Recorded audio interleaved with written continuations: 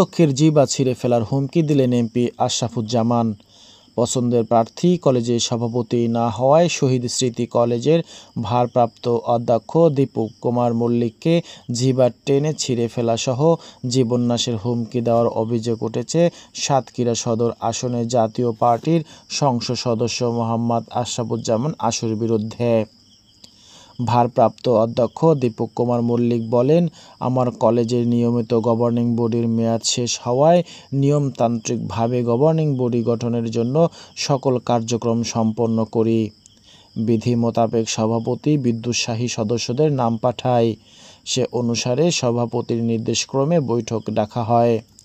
কমিটির সদস্যদের উপস্থিতিতে তাদের লিখিত সিদ্ধান্ত বাস্তবায়ন করার জন্য জাতীয় বিশ্ববিদ্যালয়ের নির্ধারিত ফরমে সভাপতি ও বিদ্যুৎসাহী সদস্যদের নাম পাঠায়।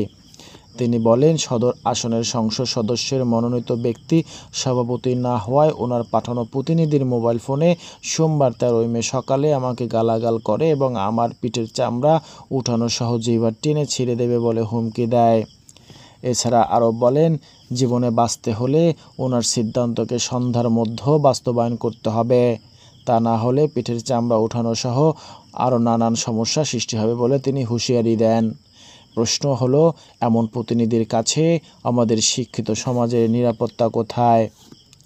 শহীদ স্মৃতি কলেজের সভাপতি গোলাম মোর্শেদ বলেন, আমরা সাম্প্রদায়িক চেতনায় বিশ্বাস করি, তবে একজন নির্বাচিত জনপ্রতিনিধি একজন শিক্ষকের সঙ্গে এ ধরনের ব্যবহার করতে পারেন কিনা তা আমার জানা নেই।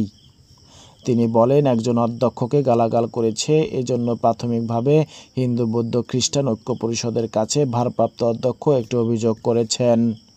পরবর্তীতে রেজুলেশনের মাধ্যমে কলেজের পক্ষ থেকে ব্যবস্থা নেওয়া হবে। হিন্দু বৌদ্ধ খ্রিস্টান ঐক্য পরিষদের সাতক্ষীরা জেলা শাখার সাধারণ সম্পাদক স্বপন কুমার শীল বলেন, আমরা এ বিষয়ে একটি অভিযোগ পেয়েছি।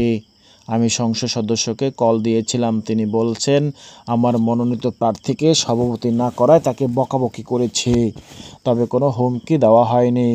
তিনি আরও বলেন, আমরা এই বিষয়টিকে কমিটির বাকি সদস্যদের সঙ্গে আলাপ করে পরবর্তী পদক্ষেপ গ্রহণ করব। জানতে চাইলে সাতক্ষীরা সদরের সংসদ সদস্য আশরাফুজ্জামান আশু বলেন, ভারপ্রাপ্ত অধ্যক্ষ রাজনৈতিক প্রতিপক্ষের সঙ্গে নিয়ে আমার বিরুদ্ধে হুমকি দেওয়ার একটি কথা বলে বেড়াচ্ছে। সে যে কোনো ডকুমেন্টস দিতে পারবে না, আমি তাকে কিছু বলছি। তিনি বলেন, গত 2 থেকে 2.5 মাস আগে আমি অধ্যক্ষ সাহেবের কাছে একটি ডিউ লেটার দিয়েছিলাম ভিসি সাহেব বরাবর পাঠানোর জন্য, কিন্তু উনি সেটা পাঠাননি। বর্তমান যে সভাপতি হিসেবে দায়িত্ব আছে তার নামে অনেক অভিযোগ রয়েছে।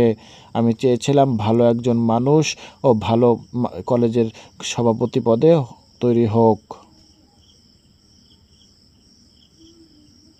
অধ্যক্ষের জিহ্বা ছিঁড়ে ফেলার হুমকি দিলেন এমপি আশরাফুজ্জামান।